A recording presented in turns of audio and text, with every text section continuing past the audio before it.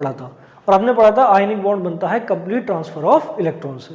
और उससे पहले वाले लेक्चर्स में हमने पढ़ा है कोवेलेंट बॉन्ड, और कोवेलेंट बॉन्ड के बारे में हमने ये पढ़ा था कि covalent is formed by sharing of electron. ये दो बॉन्ड अलग अलग हमने अलग अलग टाइम पे पढ़े थे, सही है ना। आज हम पढ़ने जा रहे हैं उसी का एप्लीकेशन। देखो अब हम पढ़ने जा रहे हैं पोलराइजेशन, और पोलराइजेशन में पढ़ेंगे फजान्स रूल, बहुत इंपॉर्टेंट है, यहाँ से क्वेश्चन आता है। आयनिक बॉन्ड से जब भी क्वेश्चन आएगा आयनिक बॉन्ड वाले सेक्शन से, तो पोलराइजेशन से क्वेश्चन जरूर आता है। अब देखो एक बात ये हम कहते हैं कि कोई भी बॉन्ड हो, कोई भी कंपाउंड हो, कोई भी कंपाउंड हो, ना तो वो 100% आयनिक होगा, ना 100% कोवेलेंट होता है। बात समझ में आ रही है। कोई भी कंपाउंड हो वो 100% आयनिक नहीं होगा, ना 100% कोवेलेंट होगा। अगर वो प्राइमरीली देखने से आयनिक लग रहा है तो उसमें कुछ ना कुछ कोवेलेंट कैरेक्टर जरूर होगा, और अगर वो देखने से तुम्हें कोवेलेंट लग रहा है, बात समझ में आ रही है, यानी जो कोवेलेंट बॉन्ड बनाने की कंडीशन है वो फुलफिल हो रही है, तब भी वो 100% कोवेलेंट नहीं होगा, उसमें कुछ ना कुछ आयनिक कैरेक्टर जरूर होगा। तो कोई भी कंपाउंड हो, कोई भी कंपाउंड, एनी कंपाउंड, कोई भी कंपाउंड हो,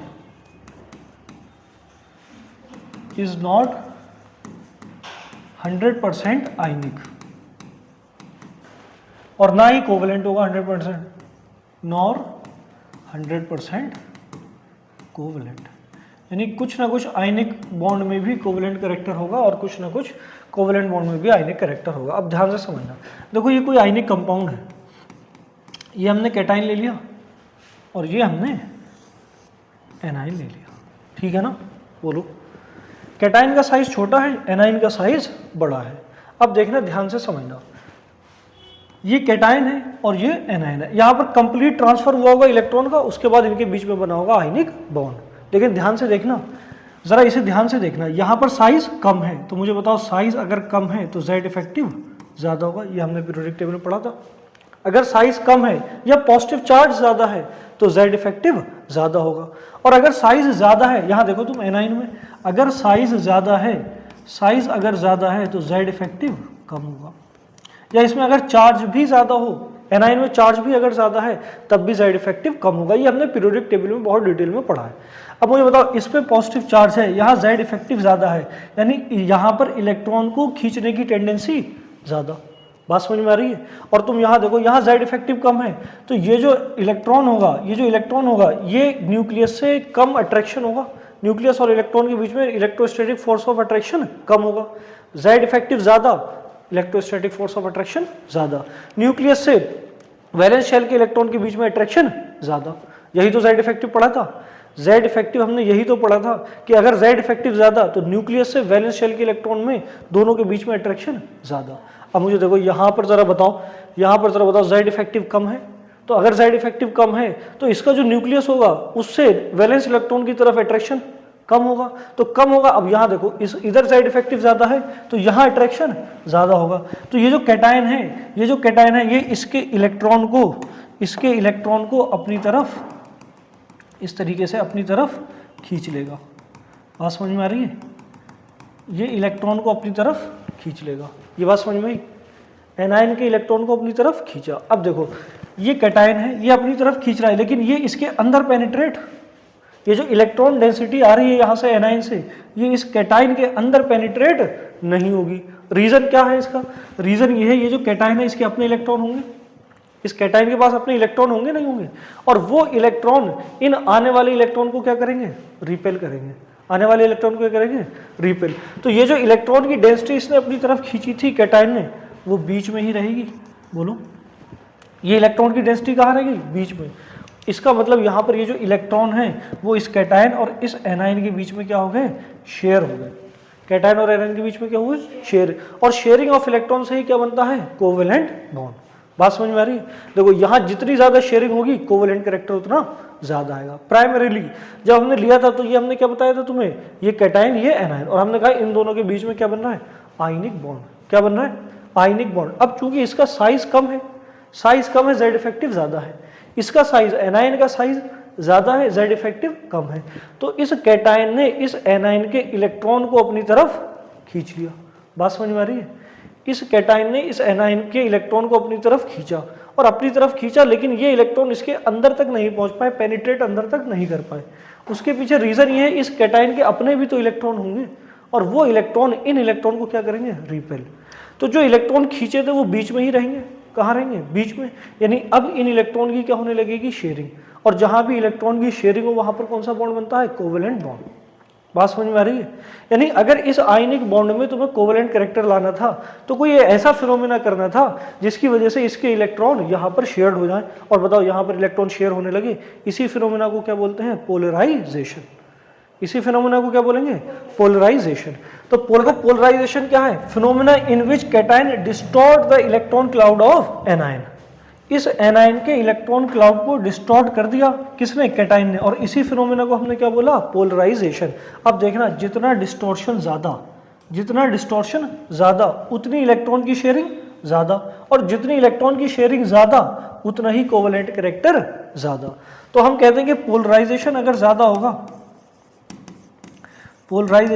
ज्यादा होगा तो शेयरिंग ऑफ इलेक्ट्रॉन भी उतना ज्यादा होगा, शेयरिंग ऑफ इलेक्ट्रॉन उतना ज्यादा, और अगर शेयरिंग ऑफ इलेक्ट्रॉन ज्यादा तो कोवेलेंट कैरेक्टर भी ज्यादा। तो देखो हमने एक आयनिक बॉन्ड लिया था और उस आयनिक बॉन्ड में क्या डेवलप हो गया, covalent character.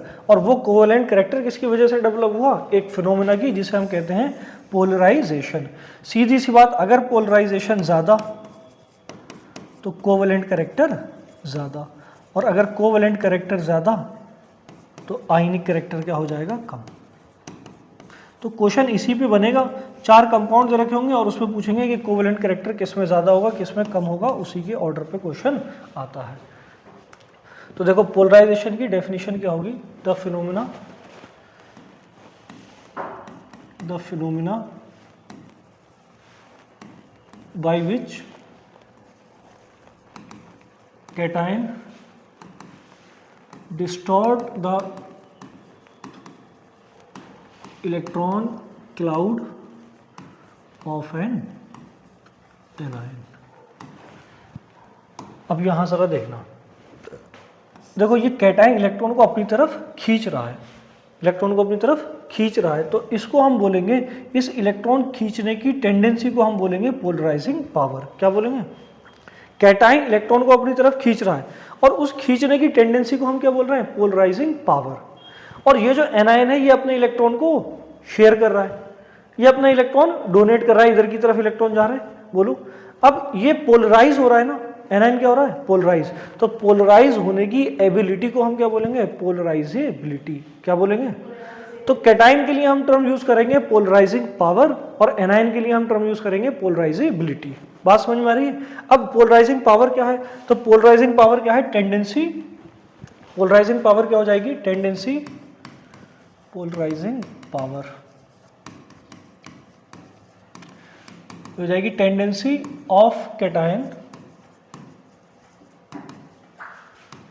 To polarise electron cloud of anion. और पोलराइजेबिलिटी क्या हो जाएगी, ability of anion to get polarised. Ability of anion to get polarise is called polarisability. Polarising power किसके लिए टर्म यूज करते हैं हम, कैटायन के लिए, और पोलराइजेबिलिटी टर्म किसके लिए यूज करेंगे हम, एनायन के लिए। इतनी बात समझ में आ गई। अब देखो फिर से यहां देखो अगर पोलराइजिंग पावर ज्यादा होगी तो पोलराइजेशन ज्यादा होगा, और अगर पोलराइजेबिलिटी भी ज्यादा होगी तब भी पोलराइजेशन ज्यादा होगा। यानी ज्यादा पोलराइजेशन पावर ज्यादा पोलराइजेशन होगा, और जितना ज्यादा पोलराइजेशन होगा उतना ज्यादा कोवेलेंट कैरेक्टर आएगा, और उतना ही कम क्या हो जाएगा, आयनिक कैरेक्टर।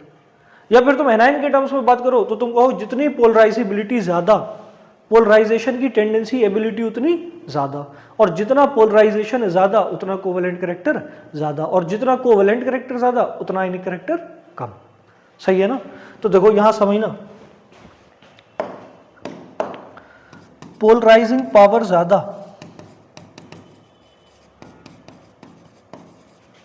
या हम कहें पोलराइजेबिलिटी ज्यादा,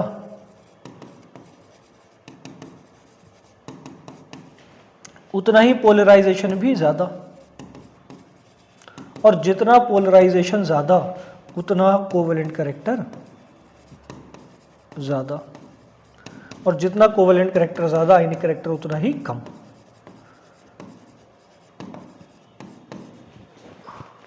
इसके बाद हम डिस्कस कर रहे हैं पोलराइजेशन पावर।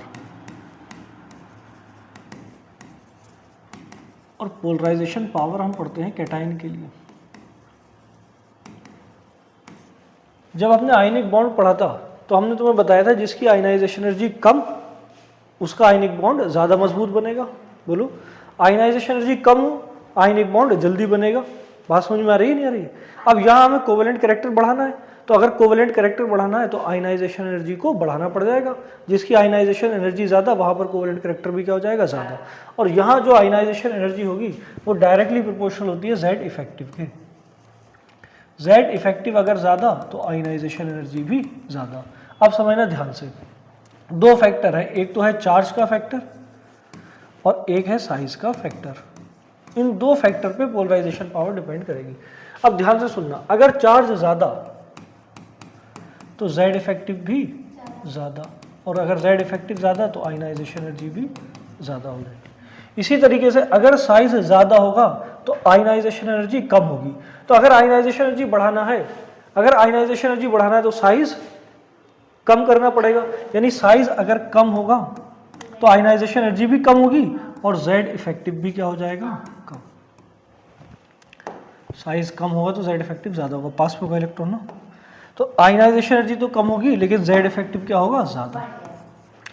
तो देखो, अगर तुम्हें कोवेलेंट कैरेक्टर ज़्यादा लाना है तो जेड इफेक्टिव ज़्यादा होना चाहिए कैटायन में। इसका मतलब जो पोलराइजिंग पावर है वो डायरेक्टली प्रोपोर्शनल हो जाएगी चार्ज ऑफ कैटायन और इनवर्सली प्रोपोर्शनल हो जाएगी साइज ऑफ कैटायन। क्या इतनी बात समझ में आ गई? ना? बोलो। अब इसके बाद अगर तुम बात करो पोलराइजेबिलिटी की, तो पोलराइजेबिलिटी हम पढ़ते हैं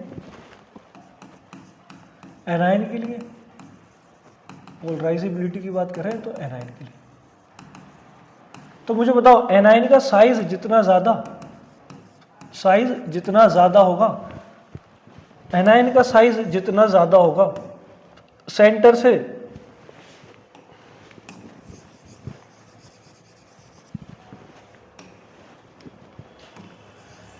एनायन का साइज जितना ज्यादा होगा तो मुझे बताओ सेंटर से वैलेंस शेल इलेक्ट्रॉन की दूरी उतनी ज्यादा होगी, और जितनी ज्यादा होगी तो उतना अट्रैक्शन कम, यानी जेड इफेक्टिव उतना कम हो जाएगा। जेड इफेक्टिव क्या हो जाएगा, कम। अब मुझे बताओ, अगर चार्ज ज्यादा होगा, अगर एनायन पर चार्ज ज्यादा होगा तब भी जेड इफेक्टिव कम हो जाएगा। बोलो, चार्ज ज्यादा तो साइज ज्यादा, और अगर साइज ज्यादा तो जेड इफेक्टिव कम। तो अगर चार्ज भी ज्यादा होगा तो बताओ जेड इफेक्टिव भी क्या हो जाएगा, कम। क्योंकि इसको तो क्या होना है, इसको पोलराइज होना है, तो इसका जेड इफेक्टिव क्या होना चाहिए, कम। और ये करेगा पोलराइजेशन, ये इलेक्ट्रॉन खींचेगा एनायन के, तो इसका जेड इफेक्टिव क्या होना चाहिए, ज्यादा, इसका जेड इफेक्टिव क्या होना चाहिए, कम। तो अगर जेड इफेक्टिव कम होगा तो पोलराइजेबिलिटी भी कम होगी। तो पोलराइजेबिलिटी जो है वो डायरेक्टली प्रोपोर्शनल हो जाएगी, polarisability directly proportional to the size of anion, और डायरेक्टली ही प्रोपोर्शनल होगी चार्ज ऑफ एनायन के चार्ज के भी डायरेक्टली प्रोपोर्शनल हो। तो अगर हम पोलराइजेशन की बात करें तो पोलराइजेशन डायरेक्टली प्रोपोर्शनल हो जाएगा charge of cation, directly proportional होगा चार्ज ऑफ एनायन के, डायरेक्टली प्रोपोर्शनल हो जाएगा साइज ऑफ एनायन के, और इनवर्सली प्रोपोर्शनल हो जाएगा साइज ऑफ कैटायन के। और देखो, पोलराइजेशन जितना ज़्यादा, ये पहले भी पढ़ा हमने, पोलराइजेशन जितना ज़्यादा कोवेलेंट कैरेक्टर भी उतना ज़्यादा, और कोवेलेंट कैरेक्टर जितना ज़्यादा आयनिक कैरेक्टर उतना कम हो जाएगा। बात समझ में आई?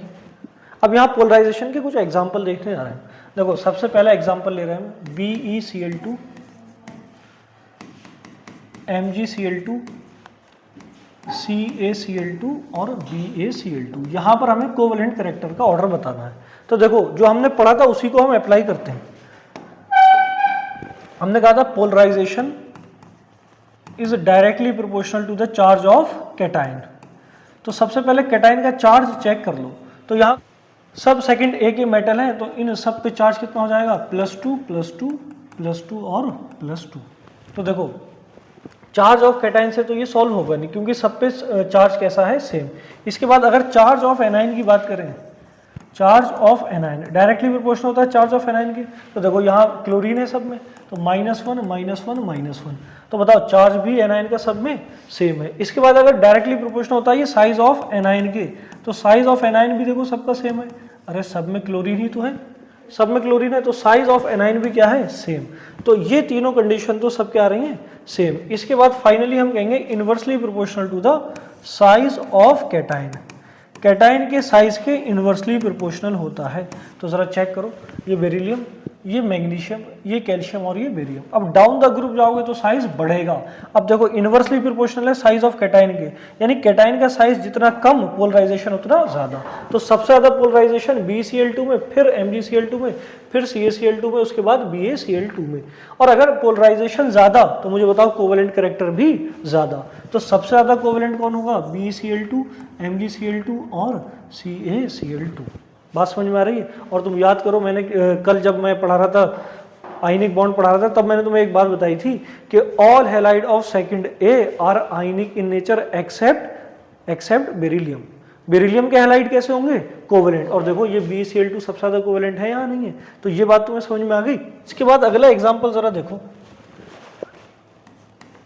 NaCl MgCl2 AlCl3 SiCl4।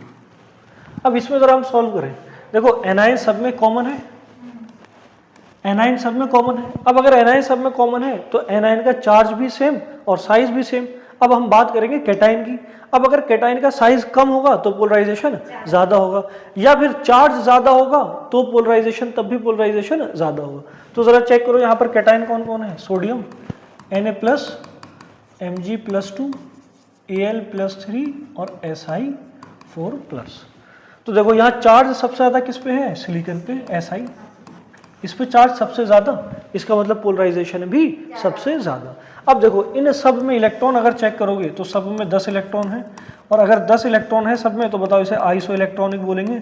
और आइसो इलेक्ट्रॉनिक के केस में मैंने तुम्हें रेडियस या साइज के लिए क्या बताया था, मैंने कहा था अगर कैटाइन है तो चार्ज जिसका सबसे ज्यादा उसका साइज सबसे कम। तो देखो Si4+ का चार्ज सबसे ज्यादा है, तो यहाँ साइज भी क्या होगा, कम। और पोलराइजेशन के लिए क्या कंडीशन बताई है कि polarisation is directly proportional to the charge of cation and inversely proportional to the size of cation. तो देखो दोनों कंडीशन फुलफिल हो रही है, यानी SiCl4 में पोलराइजेशन सबसे ज्यादा होगा। और अगर पोलराइजेशन ज्यादा है तो कोवेलेंट कैरेक्टर भी सबसे ज्यादा होगा। तो यहाँ पर ऑर्डर क्या आ जाएगा, ठीक है ना, बोलो। अब इसके बाद और देखो जरा अगला एग्जाम्पल। इसके बाद एक और एग्जाम्पल समझो, AlF3 Al2O3 और Aln। देखो यहां समझो।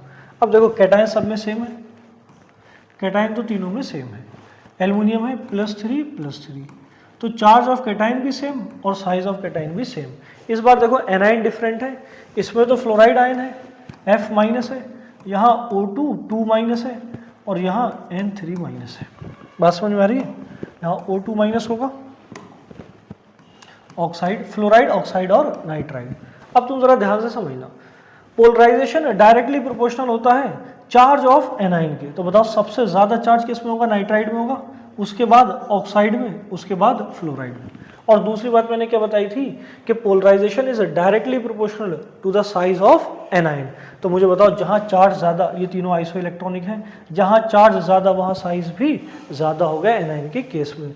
तो सबसे ज्यादा साइज किसका होगा, N3- का, और सबसे ज्यादा चार्ज भी किस पर है, N3- पर। तो पोलराइजेशन भी यहाँ सबसे ज्यादा, और अगर पोलराइजेशन ज्यादा तो कोवेलेंट कैरेक्टर भी सबसे ज्यादा। इसके बाद अगला एग्जाम्पल देखो, PbF2, PbCl2, PbBr2,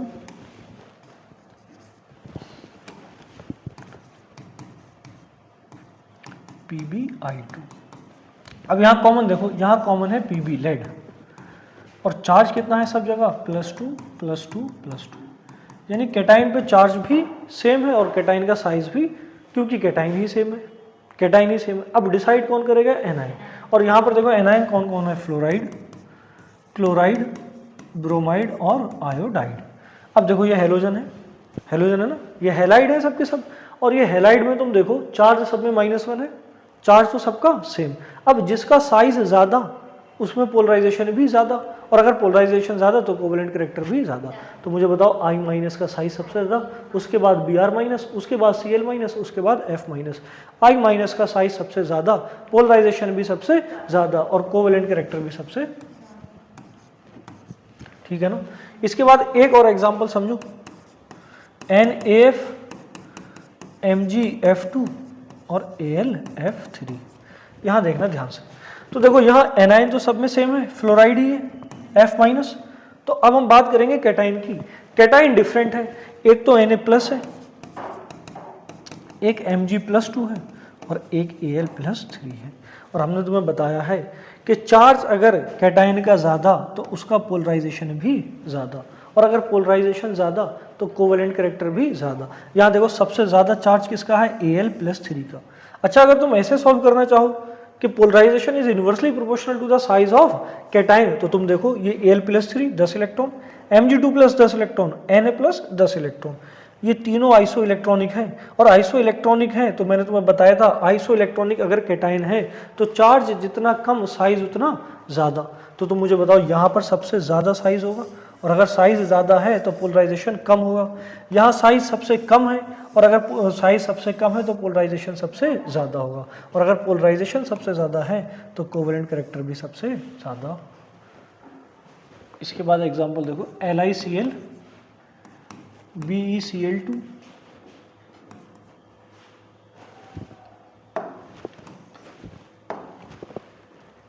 BCl3 CCl4। यहां पर तुम देखो सब में एनाइन सेम है, सब में एनाइन सेम है। तो अब डिसाइड कौन करेगा, कैटाइन डिसाइड करेगा। तो देखो यहां तो एक Li+ है, Be+2 है, बोरोन 3+ में और कार्बन +4 में है। अब देखो पोलराइजेशन के लिए क्या हमने बताया था कि जहाँ कैटाइन का चार्ज ज़्यादा वहाँ पोलराइजेशन भी ज़्यादा। तो यहाँ देखो कार्बन पे सबसे ज़्यादा चार्ज है +4, इसका मतलब यहाँ पोलराइजेशन भी ज़्यादा होगा। और अगर तुम साइज चेक करोगे इन चारों में तो साइज भी सबसे कम किसका होगा, कार्बन का। और हमने बताया था कैटाइन का साइज जितना कम पोलराइजेशन उतना ज़्यादा। तो यहाँ पर तुम कहोगे कि भाई इसका चार्ज ज़्यादा है तो पोलराइजेशन भी ज़्यादा होगा, या कह लो साइज कम है तो पोलराइजेशन भी ज़्यादा होगा, और अगर पोलराइजेशन ज़्यादा होगा तो कोवेलेंट कैरेक्टर भी ज़्यादा, ठीक है ना। बोलो, तो ये सबसे बेसिक एग्जांपल है, इस पे क्वेश्चन आया हुआ है, इसी एग्जांपल पे आया हुआ है क्वेश्चन, बाकी तो मैंने बता ही दिए हैं। इसके अलावा एक और एग्जांपल देखो, AlF3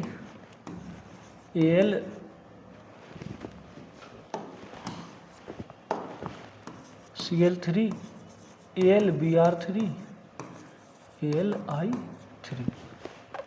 चलो एक आध तुम भी करो यार, ऐसे थोड़ी करो, एक आध तुम भी करो। हाँ, और लिख देता हूँ मैं कुछ।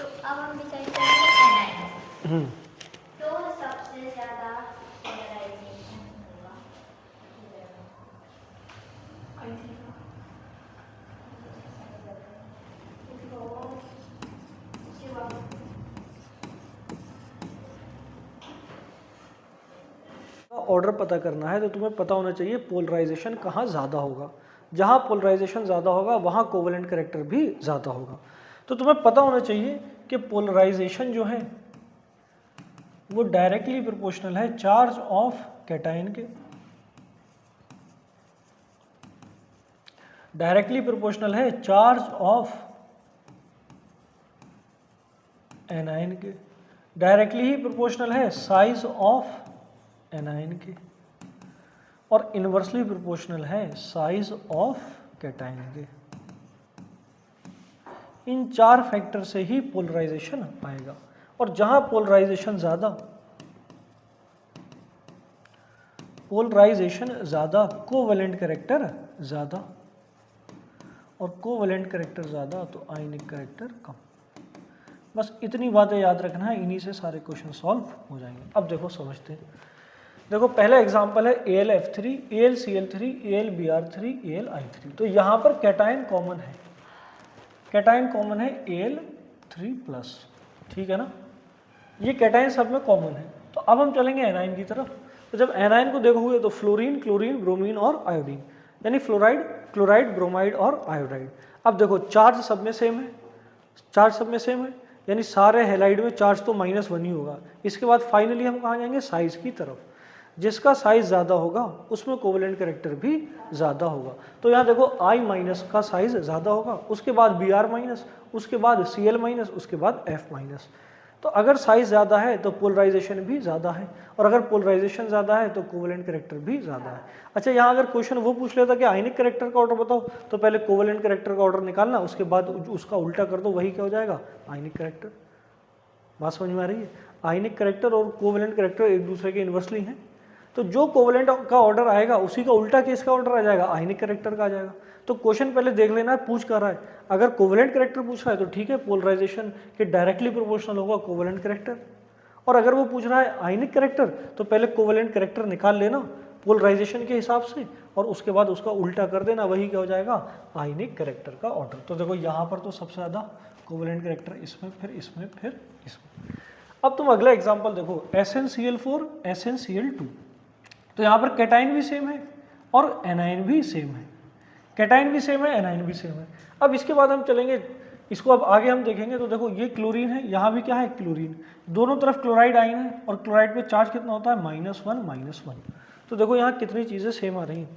देखो यहाँ पर एनाइन भी सेम है और उस एनाइन पे चार्ज भी सेम है। इसके बाद हम बात करें कैटाइन की, तो अगर यहाँ पर तुम इस पर चार्ज निकालोगे, हमने रिडॉक्स में पढ़ा है, यहाँ पर चार्ज हो जाएगा +4। देखो इसको x मानो, इसका 1 का -1 तो 4 का -4, ये 0 के बराबर। तो यहाँ कितना हो जाएगा, +4, और यहाँ निकालोगे तो आएगा +2। अब देखो चार्ज ज़्यादा, पोलराइजेशन ज़्यादा, कैटाइन का चार्ज ज़्यादा, पोलराइजेशन भी ज़्यादा, और अगर पोलराइजेशन ज़्यादा तो बताओ कोवेलेंट कैरेक्टर भी ज़्यादा। तो SnCl4 ज़्यादा कोवेलेंट हो जाएगा SnCl2 से। और यही आयनिक कैरेक्टर पूछते तो तुम कहते SnCl2 ज़्यादा आयनिक है देन SnCl4। अब इसके बाद यहाँ पर एग्जाम्पल देखो, तो देखो फ्लोराइड, फ्लोराइड, फ्लोराइड, एनाइन सब में सेम है, और फ्लोराइड पे चार्ज भी हमेशा -1 होता है, इसके अलावा कोई चार्ज नहीं होता। अब यहाँ हम कैटाइन देखेंगे, यहाँ कैटाइन है सल्फर, यहाँ भी कैटाइन सल्फर है, यहाँ भी कैटाइन सल्फर है। अब यहाँ पर जब तुम चार्ज निकालोगे तो +2 होगा, यहाँ चार्ज निकालोगे +4 होगा, यहाँ चार्ज निकालोगे तो +6। अब देखो कैटाइन का चार्ज जितना ज़्यादा, पोलराइजेशन उतना ज़्यादा, कोवेलेंट कैरेक्टर भी उतना ज़्यादा, यानी सबसे ज़्यादा कोवेलेंट कैरेक्टर होगा SF6 में, उसके बाद SF4 में, और उसके बाद SF2 में। और यही अगर तुमसे पूछे, ये 3 ऑप्शन दे रखे हूँ और इनमें से वो पूछे कि बताओ सबसे ज़्यादा आयनिक कौन है, तो तुम बताओगे SF2 सबसे ज़्यादा आयनिक है। अब इसके बाद तुम इस वाले क्वेश्चन को देखो, तो मुझे बताओ सब में ऑक्साइड आयन है, सब में आयन कौन सा है, ऑक्साइड, और सब पे चार्ज भी कितना होगा, अगर ऑक्साइड आयन है तो चार्ज कितना होगा, -2। ये सारी बातें डिटेल में रिडॉक्स रिएक्शन में हम पढ़ चुके हैं।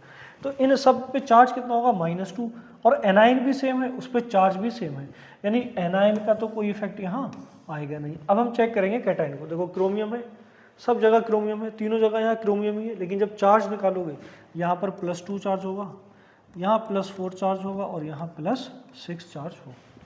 अब मुझे बताओ चार्ज जितना ज़्यादा, पोलराइजेशन उतना ज़्यादा, और कोवेलेंट कैरेक्टर भी उतना ज़्यादा। तो यही अभी हम जब डी ब्लॉक पढ़ेंगे तो हम तुम्हें बताएंगे कि जो ऑक्साइड और फ्लोराइड होंगे, डी ब्लॉक की जो ऑक्साइड और फ्लोराइड है विद हाई चार्ज, जिनमें चार्ज ज़्यादा होगा वो कोवेलेंट होंगे, और जिनमें चार्ज कम होगा वो आयनिक होंगे। तो देखो यहीं से तो आया वो पोलराइजेशन से, ये आयनिक होगा और ये कोवेलेंट होगा। इसके बाद यहाँ समझो ZnO और ZnS, तो यहाँ पर जिंक है, यहाँ पर भी जिंक है। अब जिंक का जो चार्ज होगा, जिंक पे हमेशा +2 होता है, जिंक पे हमेशा चार्ज कितना है, +2। देखो हमने पढ़ा है ना 4s2 3d10, तो ये 2 इलेक्ट्रॉन तो लूज कर देता है, और इसी से चार्ज इस पे क्या आ जाता है, +2। तो यहाँ तो चार्ज तो सेम रहेगा, कैटायन भी सेम है और उस पर चार्ज भी सेम है। तो इसे किससे सॉल्व करेंगे? एनायन से। यहाँ 2 एनायन है, देखो एक तो ऑक्साइड है O2- और एक सल्फाइड है S2-। अब इन दोनों एनायन पे अगर तुम चार्ज चेक करोगे तो दोनों पर -2 चार्ज है। चार्ज दोनों पर क्या है? सेम। अब अगर चार्ज सेम है तो अब हम कहाँ जाएंगे? साइज ऑफ एनायन की तरफ। जिस एनायन का साइज ज़्यादा उसमें पोलराइजेशन भी ज़्यादा। और देखो सल्फाइड का साइज क्या होता है? ज़्यादा ऑक्साइड। S2- का साइज O2- से ज़्यादा, और अगर साइज ज़्यादा तो पोलराइजेशन भी ज़्यादा, और अगर पोलराइजेशन ज़्यादा तो कोवेलेंट कैरेक्टर भी ज़्यादा। सेम कंडीशन यहाँ है, यहाँ लेड दे रखा है, ये भी +2 में, यहाँ भी +2 में, और ये क्या है? ऑक्साइड, और ये क्या है? सल्फाइड। तो सल्फाइड का साइज ज़्यादा तो यहाँ पर कोवेलेंट कैरेक्टर भी ज़्यादा। इसके बाद अगला एग्जाम्पल, लास्ट एग्जाम्पल चेक करो ज़रा।